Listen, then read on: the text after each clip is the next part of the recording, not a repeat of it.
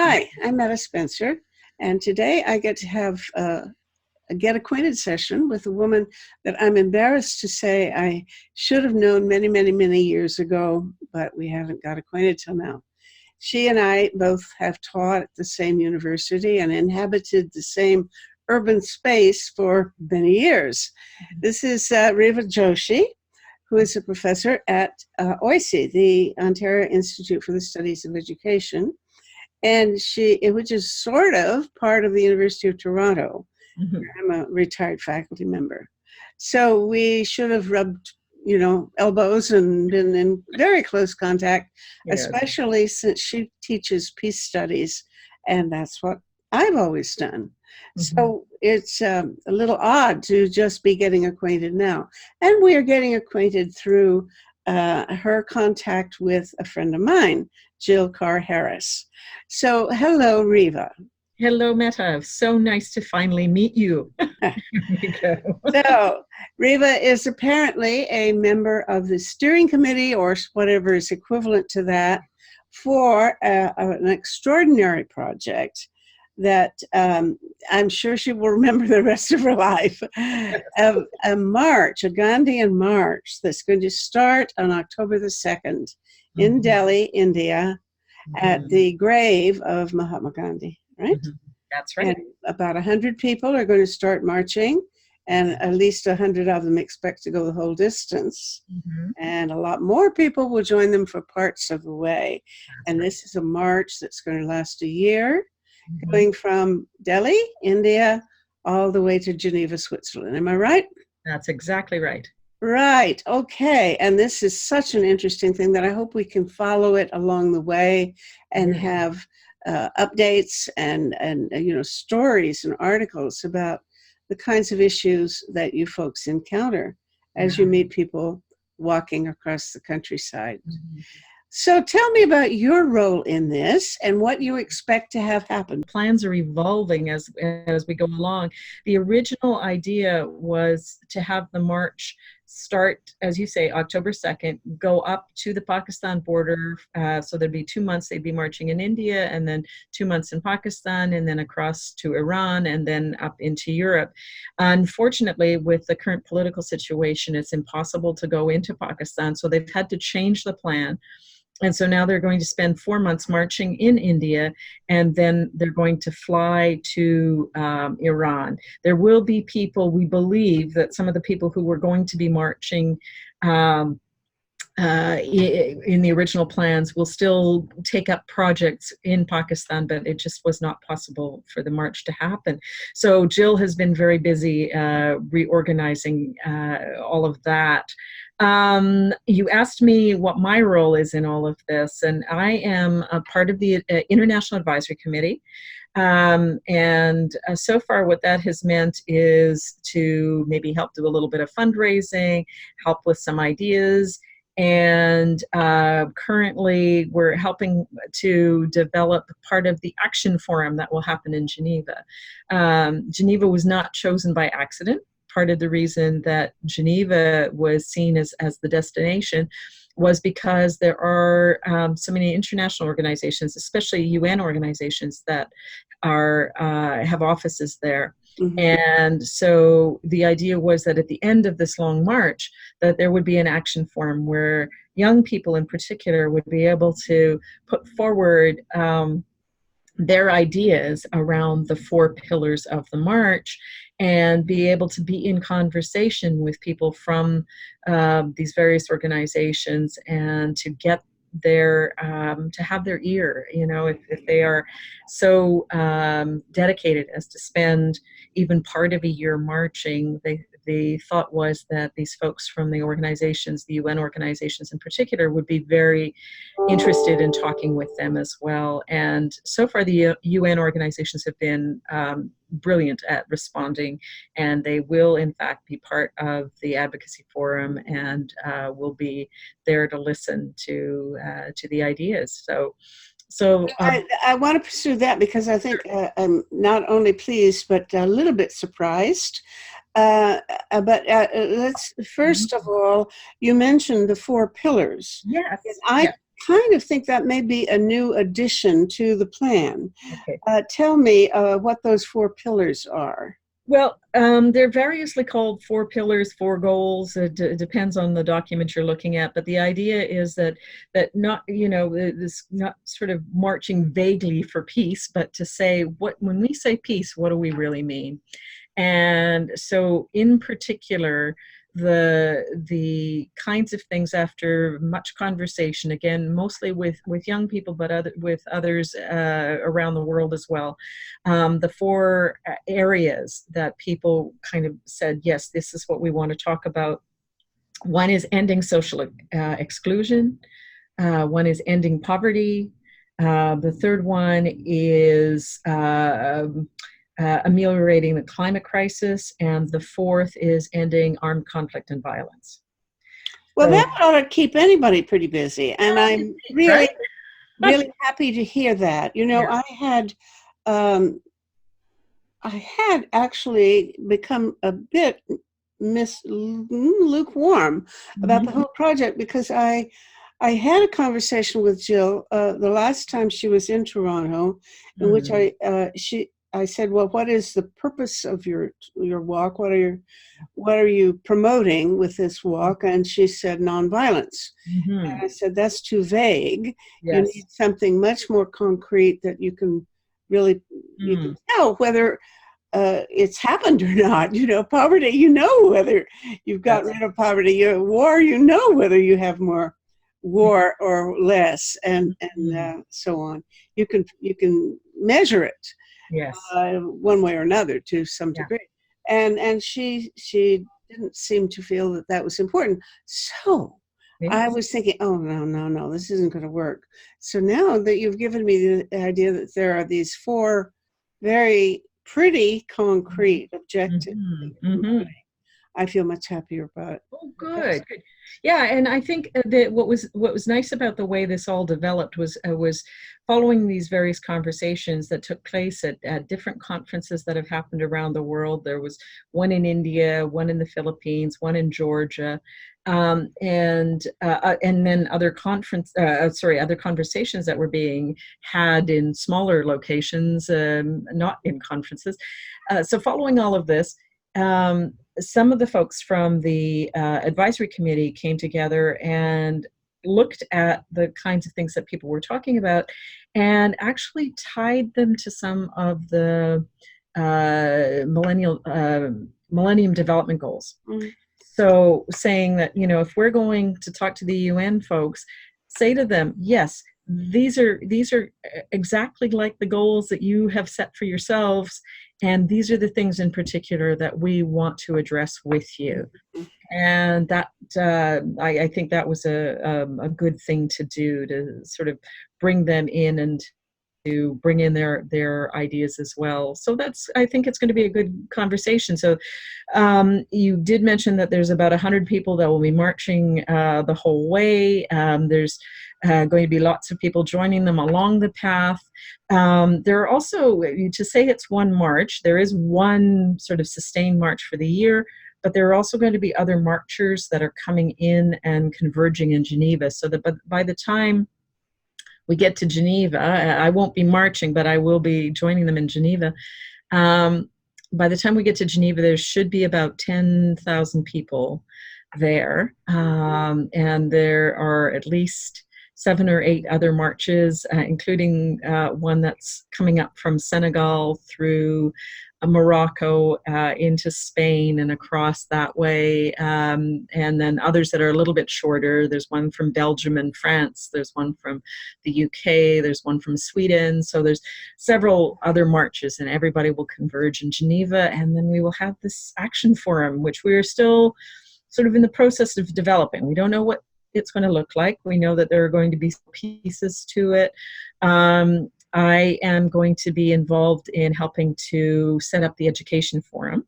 So we're doing a half day where what we want to do is invite people in to talk with us about the kind of work that where we can present a little bit. We being a group of teachers I've been working with in Edmonton primarily, And we can talk about the kind of work we've been doing based on a Gandhian approach to education, and invite them to talk to us about either what they have been doing or what their goals are for their own education, the young people who are there, or the education of the future that they would like to see. Mm-hmm. Oh, you've given me so many directions I'd like to explore. Okay. First, let me express a little sense of gratification and triumph over over my friend Alexander Likotal, to be specific. Mm-hmm. Alexander Likotal is probably maybe the closest aide of Gorbachev's, and he's somebody I've known for a long time. Very good friend. He lives in Geneva, where he used to be the head of Green Cross International. And when I phoned him to talk about this, he was frankly very dismissive. He said, "Oh, Geneva is not that kind of place. The Genevans will not have any interest whatever in this kind of thing. You cannot get any support from the people in Geneva." It sounds as if you really have got things already lined up that are going to prove that he's wrong. That he is wrong, because in fact there was a resolution passed by the city of Geneva, by the canton as well, to support bringing in and billeting 5,000 people for this week. That's already done. And there is a group in Geneva that is actually organizing to meet the various marchers as they come in, and to march with them into the location where the main part of the meetings are going to happen. There's work being done around the dinner, the dinner that they have around Lake Geneva every year, so that dinner will somehow be connected with I don't know about a dinner. What is that? Some sort of Geneva? Yeah, it's an annual thing. I don't know a lot about it myself, but I've heard about it in a couple of different contexts. And the idea is that people come together, and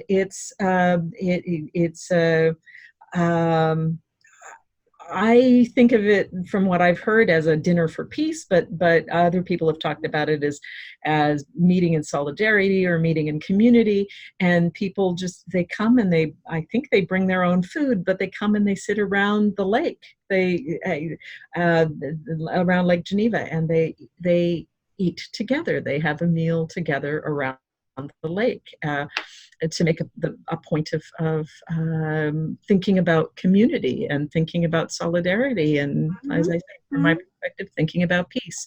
And so the dinners this year and next year, I believe both, are meant to be somehow connected to the March and the Action Forum. And do they always have it that particular time of year? So, or are they changing the date? They are in the fall, but I'm not sure exactly when. Yeah. Mm-hmm. Okay, good. Now you say that you will be having an education forum. That's right. Yes. Forum about what? Peace education or what? Well, the work that we've been doing in Edmonton, we call it Slow Peace. So there's a group of teachers that I've been working with, educators, I should say, because they're not all classroom teachers.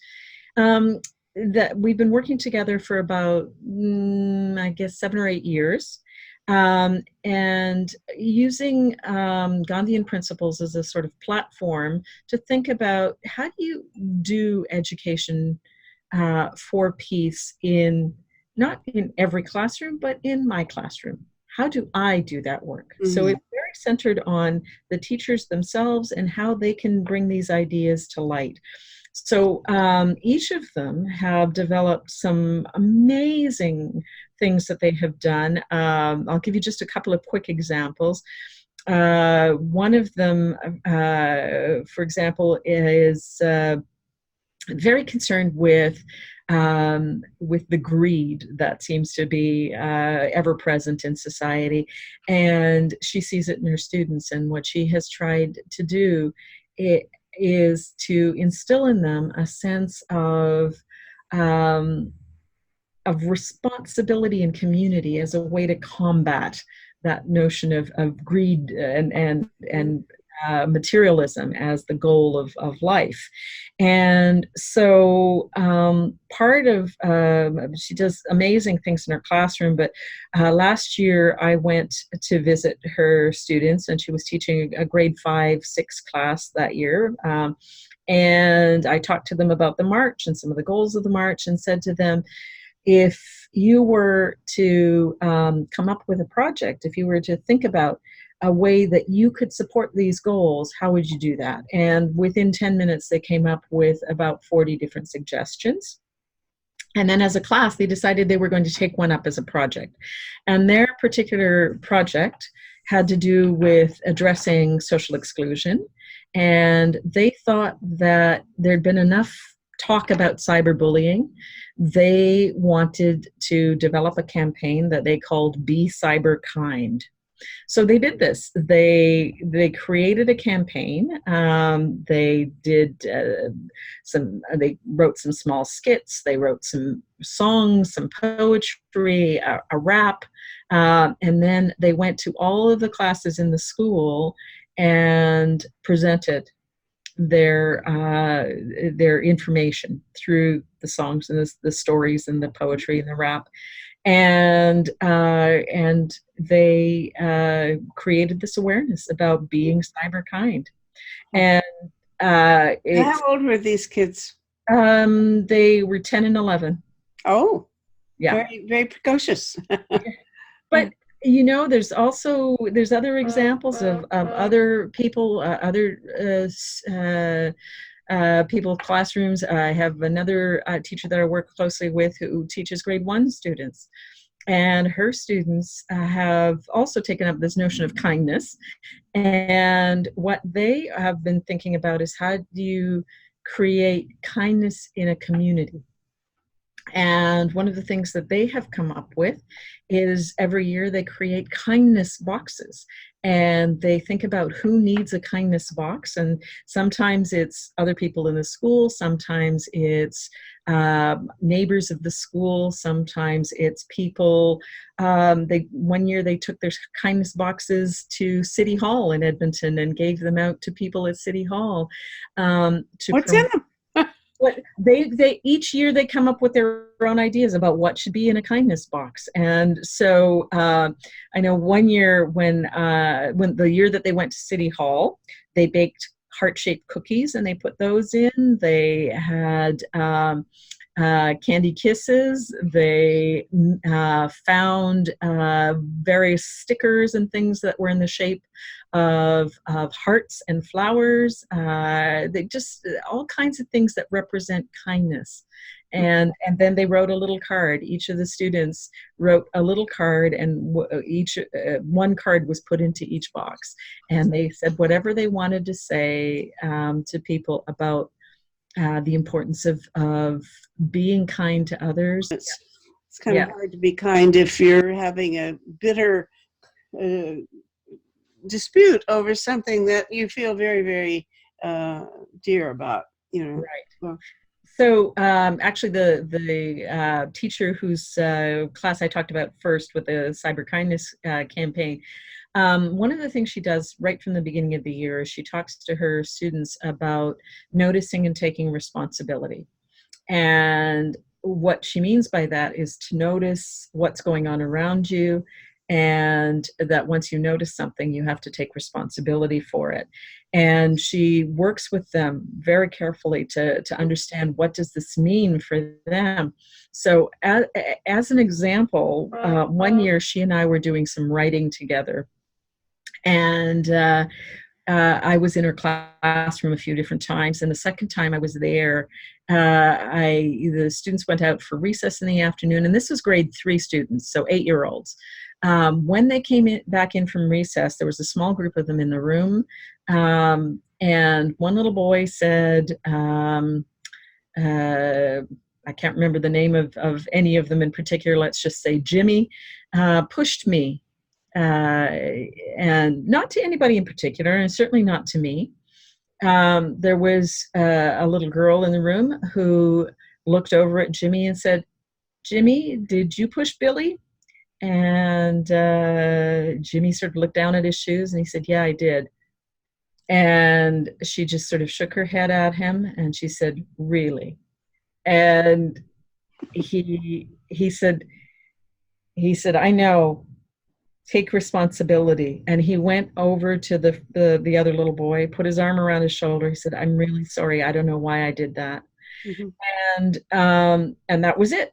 But the teacher wasn't in the room. When she did come in the room, nobody said anything to her about it. Mm-hmm. Nothing happened. And then when the students left and she and I were alone, I told her about it. And she said, you know, other people have told me things like that happen. She said, I don't even see them anymore. The students deal with these things on their own. Mm-hmm. It's part of the way that we have developed the culture in our classroom. Mm-hmm. Well, wonderful, wonderful. How does that relate to your own work? If we take a little while talking about your professional work here at OIC, as we call it in Toronto, OISE. But eventually I want to get back to this March thing. Tell me what you do when you're here. I understand you spend a lot of your time out in the prairies. Yes, I do. Yeah. I do spend a lot more of my time out there these days than here, but I'm still working with all of my students here. My work, I was actually hired to do work on policy and diversity. But I had always had a keen interest in peace, particularly from a Gandhian perspective. Both of my parents were young people coming up during the freedom movement in India. Mm-hmm. And my mother in particular was living in Delhi, had many occasions to living very close to where Gandhi ji used to stay when he came to Delhi. So when he was in Delhi, she would be one of the children who would go. He would spend the first part of his day every day with children, teaching them, talking to them. And she was one of the children who would go to those sessions. Mm-hmm. And so she has all of these memories of talking with him, of learning from him. He taught her how to spin. So she, and he challenged her, even as a 10, 11, 12-year-old, to do things. What could she do? What would she do to make the world a better place or make her community better?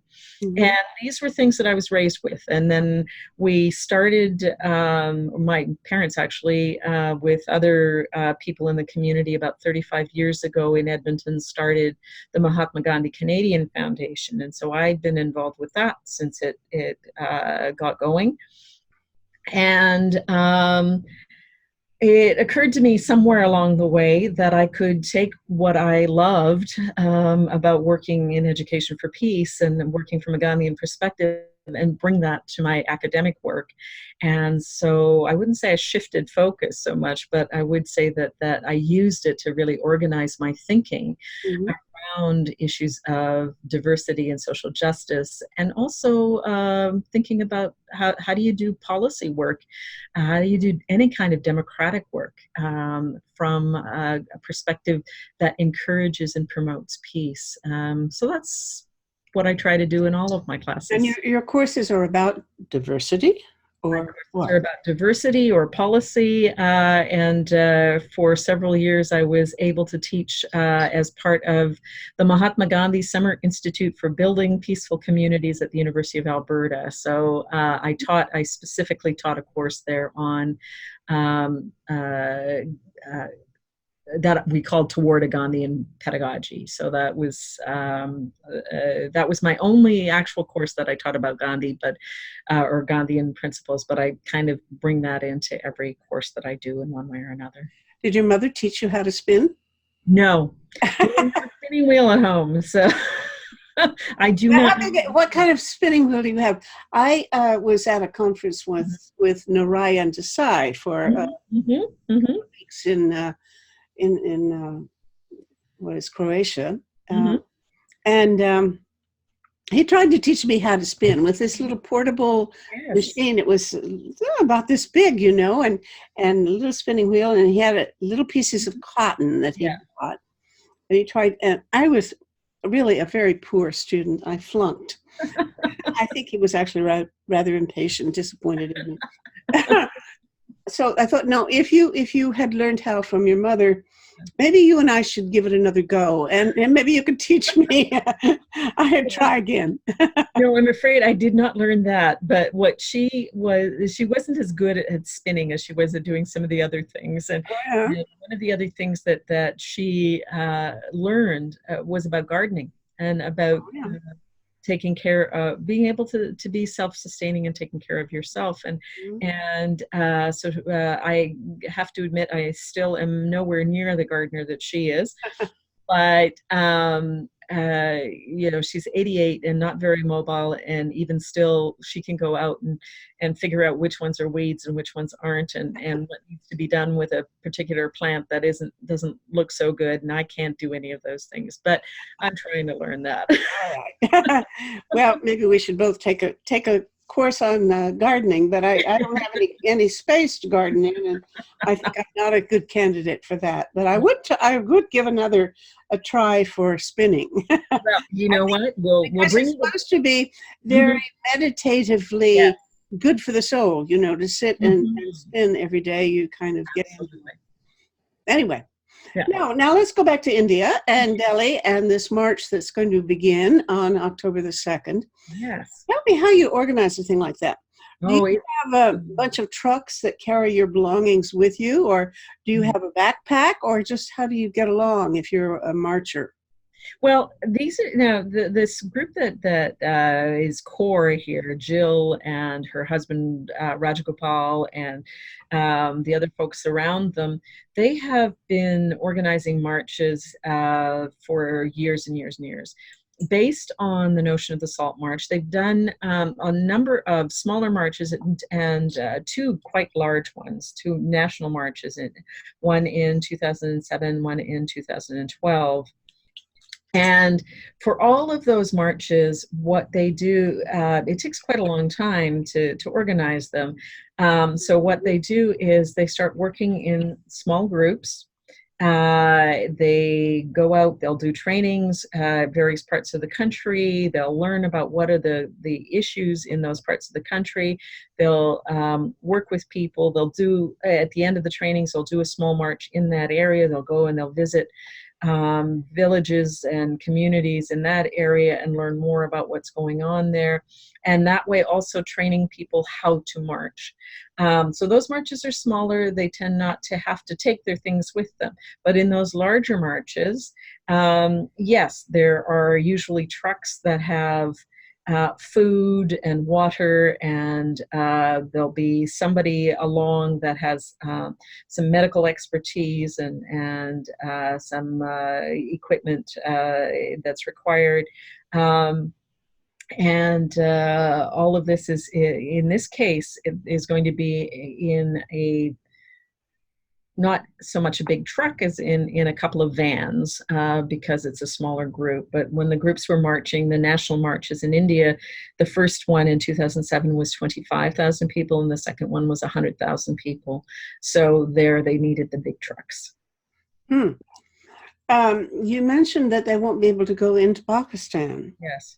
That's a big disappointment. The last time I talked to Jill, she said they wouldn't be allowed to march in Pakistan, but they could take vehicles from one town to the next and then hold their meetings there. But I guess that fell through after what? Is it the Kashmir conflict that brought that to an end? Yeah. So the border has tightened up.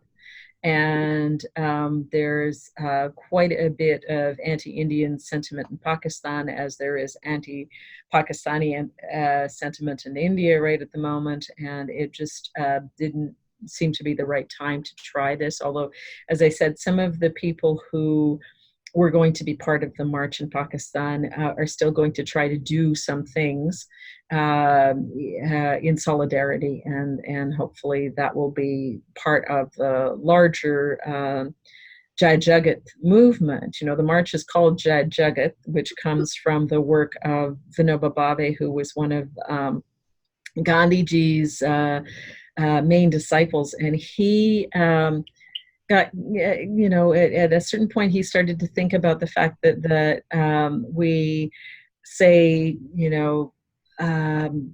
God bless America, or Vive la France, or Jai Hind in India, and that we should really have some kind of slogan to promote the solidarity of the world. And so Jai Jagat is really about the promoting the welfare of all.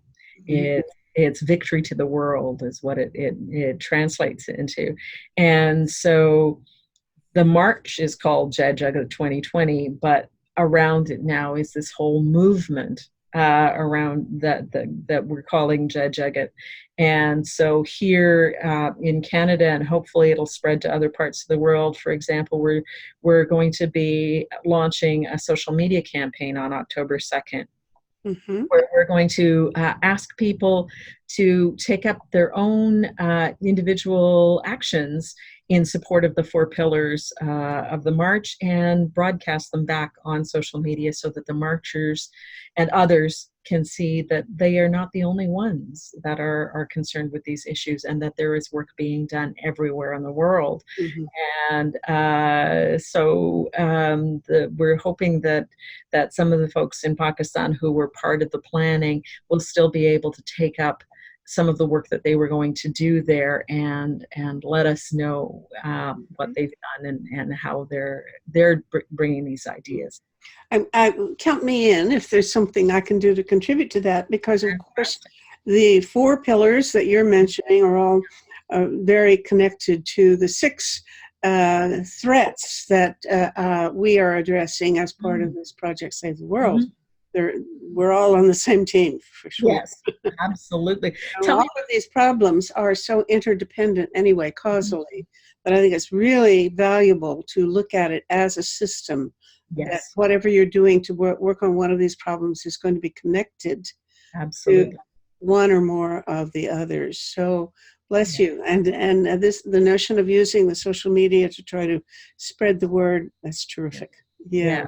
I have fortunately students who are younger than me and much more fluent in social media than I am. So they are actually designing the campaign, and they will be, as I said, we'll be launching this through the Mahatma Gandhi Foundation's Facebook page, Twitter account, and I believe Instagram account on October 2nd, with some information about the campaign and about Jai Jagat, but also with some examples of what other people are doing, so that people can. Well, we'll put stuff on our website to savetheworld.ca.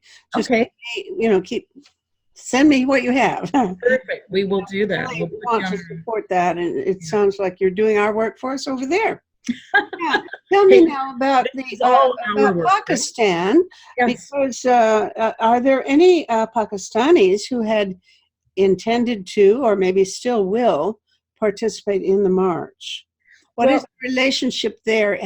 Have the Gandhians in India been able to make friends with their counterparts in Pakistan? Yes, actually, there have been some wonderful contacts with groups in Pakistan and Afghanistan, and there's been lots of conversations back and forth. There's a larger sort of people-to-people movement, if you will, in India and Pakistan, where ordinary folks are really tired of what the governments are doing, and they are saying, look, we really don't want these artificial barriers between us, and we want to establish some kind of friendly connection. And so depending on what the political situation is at the time, it's easier or harder for them to actually move across borders and talk to each other. So right now it's a little hard. So, but even at the time that the planning was to go through Pakistan, the only the international marchers, not the ones holding Indian passports, but only the international ones were going to actually be able to go into Pakistan. And what was meant to happen was that there would be Pakistanis who would essentially take the place of the Uh-huh. Indian marchers who couldn't come. And so that when I say the people who are going to be involved in the march, and the idea was over the 2 months that they would not just be marching through, but stopping a few places to have meetings and conferences about some of the issues, which they are going to be doing along the route anyway. So when they go into Iran, when they go into Armenia, into Georgia, into Italy, all these different places, they're actually going to be stopping and having one-day conferences at various places to talk about some of these issues and to engage some of the folks who are there locally. How often? Well, it won't be every night. I mean, I'm just trying to visualize what it's like trudging along. How many miles or kilometers are they going to walk per day? And do they just set up little tents by the side of the road, or what do they do for The logistics of it, yeah. to have supper and go to bed? Yeah. So what they're doing, their plan is to do about 20 kilometers a day. And in some places, like when they're marching through India, for example, people will offer up schools and community halls and places like that for people to sleep when they're walking along. In some of these other places, there are local folks who have been helping in the organization and the planning. And so in some of these places, there are sort of billeting kinds of places that have been set up. In some places, not so much. So they do have a couple of vans that will be going with them, and the idea is that they'll be able to hunker down in these vans and sleep, or they will be able to go somewhere like a campsite kind of and settle in there for a night or two. So yeah, it's different in different places. Do they cook? What do they do for food? Yeah, they have in one of the vehicles will have in it the equipment that they need to do a little, basic cooking. It's not going to be like 5-star meals or anything, but they will be able to do some basic cooking, and they will have very simple food and simple meals. Will they cook their own, or will somebody do it for them? Or they will cook their own mostly. I think the conferences that I mentioned. So if we imagine that they're going to be in Georgia, for example, they're going to be in Georgia for about 3 weeks. There's going to be one conference. So around that conference, yes, there'll be somebody else who will provide meals and provide places to stay and all the rest of it. But a lot of the time when they're marching, it will be them that will be doing that. But if India is any indication, when they've done the national marches in India, they have had people, because when they've done the national marches, they've walked on the national highway. And so people have actually come out and brought them food and water along the way, brought them blankets. So even folks who hadn't known that they were coming in advance will come out and do this. So I think there's some of that energy that will translate as well. Do they ever run into hostility? If they're, I understand that Jill said that they would be trying to find out whenever they came to a town, they would be asking people what the local issues were and trying to work through some of the conflicts that they encountered there. Yeah. Which might mean that they would be seen as taking sides or something of that kind. Tell me, how often, I understand that even Gandhians are not universally approved even in India. Yes. But there are people who are very critical of Gandhi himself and think that Gandhians are sort of soft-headed. I think, well, I think you're right and I think Gandhiji would have been the first to say, you don't all have to agree with me. I think the, there are definitely criticisms of Gandhi, and I think that again he would have accepted that. The idea is that none of us are perfect, and so but I think that should detract from the value of the approach, the ideas that he left behind. I think a lot of what's happened in India is people have called themselves Gandhian, but they haven't actually done Gandhian work. They may understand the ideas intellectually. They may sit around and talk about them. They may come out and celebrate on his birth anniversary or mourn on his death anniversary. But this group that is marching, they are part of it's not even an organization. It's really a kind of movement or network of people who really have made it their mission to try to understand and to live these principles, to live what it means to be nonviolent. And you know that the word that Gandhiji used in was ahimsa. And it's the word that I use. I don't talk about nonviolence. I talk about ahimsa because growing up, I learned this word. It predates Gandhi by many, many, many years, and it means to not do harm in thought, word, or deed. And if you try to live by that principle, nobody's going to ever really make it. But if you try to live by that principle, it really does make you much more conscious and able to work from a place of peace. And I think that's what all these folks have been doing. Going to towns, as I said, when they go on these smaller marches, for example, that's exactly what they do. They go into towns, they sit with people, and I've been with them in some of those. You go, you sit with folks, and you say to them, first of all, it's probably an Indian thing, but when you're visiting, you're treated very, very well. It's seen to be a real blessing that you've come to visit somebody.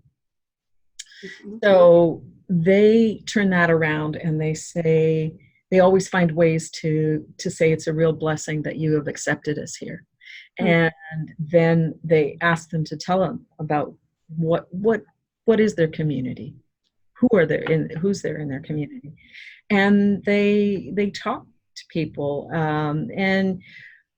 it is possible that some people think that they're picking sides, but most often the kinds of things that I've heard is people will say, we in one of the areas that I was with them, for example, international companies were coming in and essentially ruining the local fisheries. They were creating prawn farms and salinating what had before been fresh water.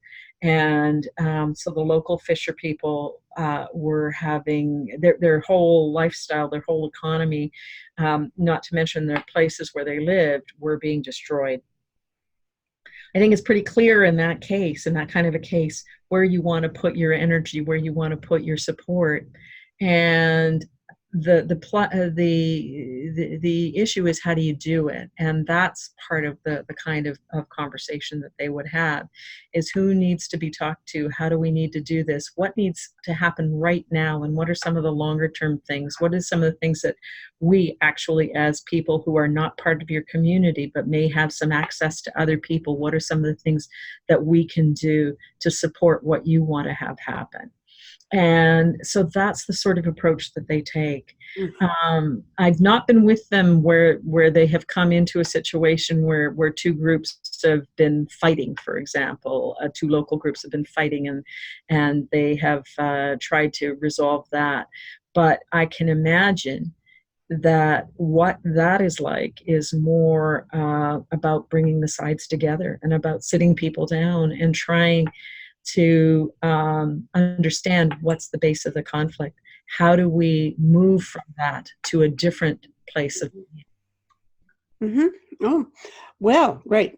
Now, if I'm not mistaken, there's even now, let's go back to India itself, Mhm, mhm, politics of, um, I just did an interview with she's Nandi a mhm, couple of mhm, weeks ago, and he was talking. We were talking about the RSS, which mhm. I didn't even realize that it's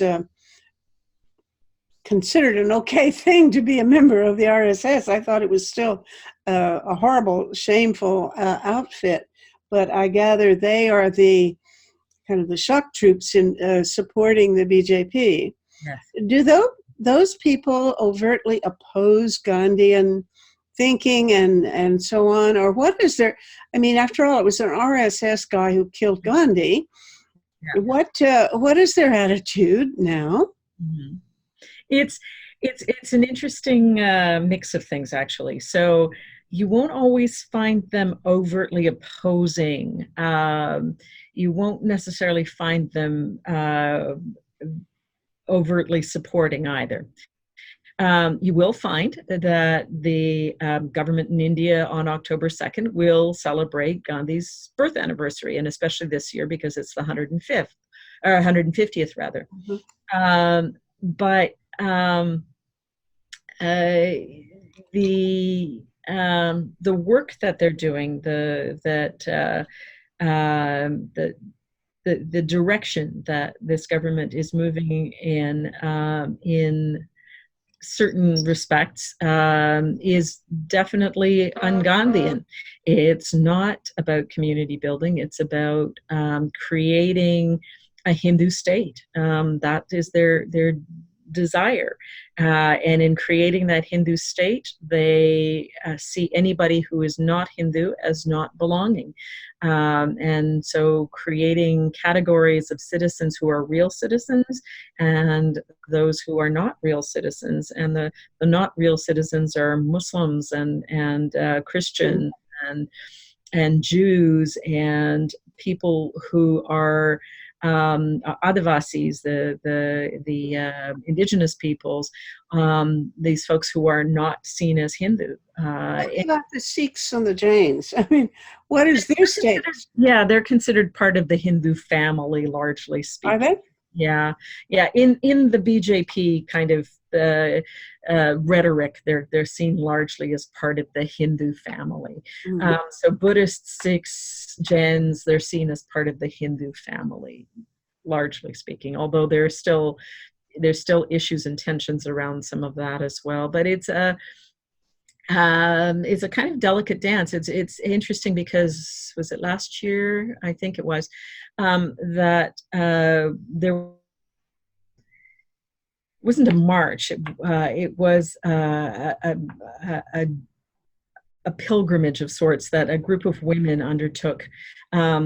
Women from very kind of rural communities, lots of them not very well educated formally, but they are part of this movement, and they wanted to talk to other women across the country. And so there was a group of about, I think it was about 10 of them that went across most of the country and talked to other women about what their issues were. The Jill and Rajaji's the organization that they helped to found, Ekta Parishad, supported this pilgrimage, and they sent letters to both BJP and to Congress to say this was happening, and they got letters of support back for what the women were doing.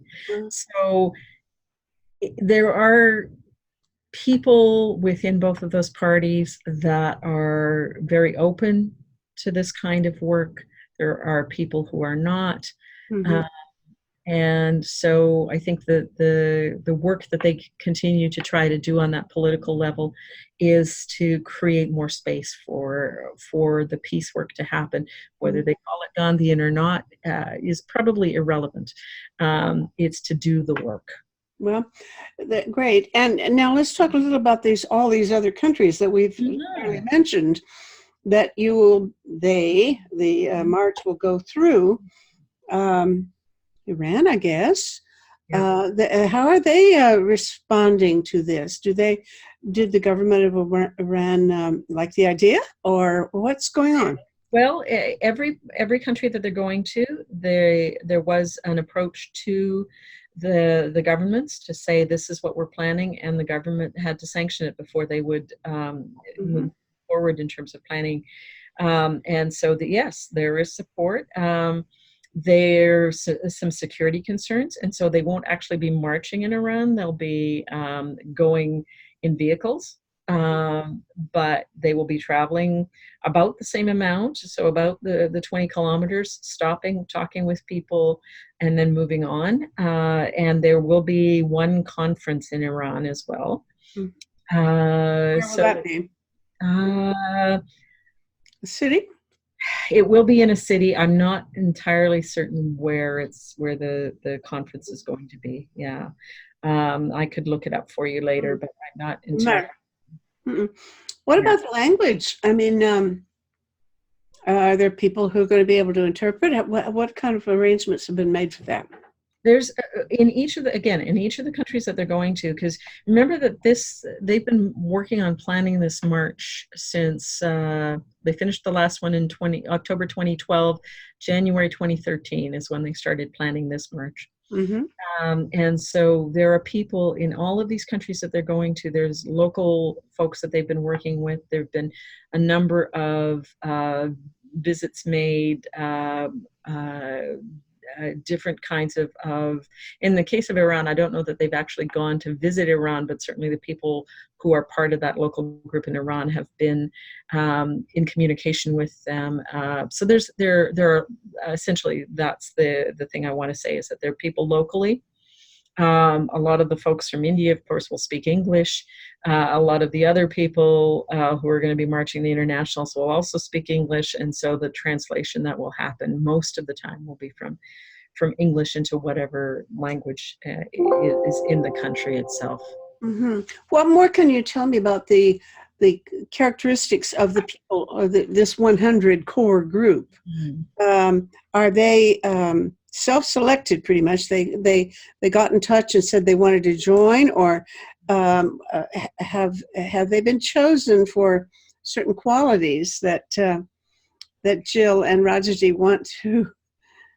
A bit of both. I mean, there was a sort of public call, but at the same time, like I said, they've been working on organizing this since 2013.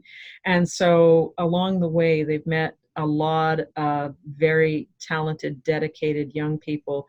And it's from that group that sometimes they tapped people on the shoulder and said, you should be part of this. And sometimes people came to them and said, I want to be part of this. And they also had all this information up on the website. So there have been a few people that have written in and said, I want to be part of this. So are they all young people, or pretty young? Pretty well. I mean, Jill and Rajaji aside, they're in their 60s. Well, Rajaji's in his 70s actually, but I think most of the rest of them are 40 or younger. So I think that most. I bet they're really going to be fit by the time they finish. And tired. I'm tired. Yeah. I have to tell you, one of the groups that I talked to recently about the march was it was a classroom of a grade 6 classroom, I guess it was, in Edmonton. And one of the questions they asked me was, when they get to the end, do they have to walk back? Wonderful. This has been such fun. And it's really a nice beginning to what I hope we develop into a real friendship. It's really a pleasure to meet you. It's a wonderful So wonderful to meet you. I have, even though we hadn't met, I have heard about you both through Jill and through other things, and I'm on some mailing list that you send things Oh, out. that's because everybody in the world is. I'm probably very much in bad standing with. I don't know who it is that identifies spammers, but I'm probably right up there with the worst of the spammers. Well, I have to say, I look forward to your emails. I don't see them as. Thank you. I hope most people do, but now and then I do get messages saying, "Please take me off your list." Okay, I'm glad to know that somebody else out there eager to get ours, and we're certainly going to keep it up. So Wonderful. bless you. Thank you so much. Thank you. And Thank you. let's do stay in touch when Absolutely. you're around here. Yeah. And definitely my very best wishes and everything I can do to support the publicity about this march I want to do. Excellent. So give So my love to Jill and I Rajesh. will. I will indeed. All right. Thank you. Bye. Bye. This conversation is one of the weekly series Talk About Saving the World, produced by Peace Magazine and Project Save the World. Please visit our website at tosavetheworld.ca, where you can sign the Platform for Survival, a list of 25 public policy proposals that, if enacted, would greatly reduce the risk of 6 global threats to humankind. Come back next week for another discussion of a serious global issue.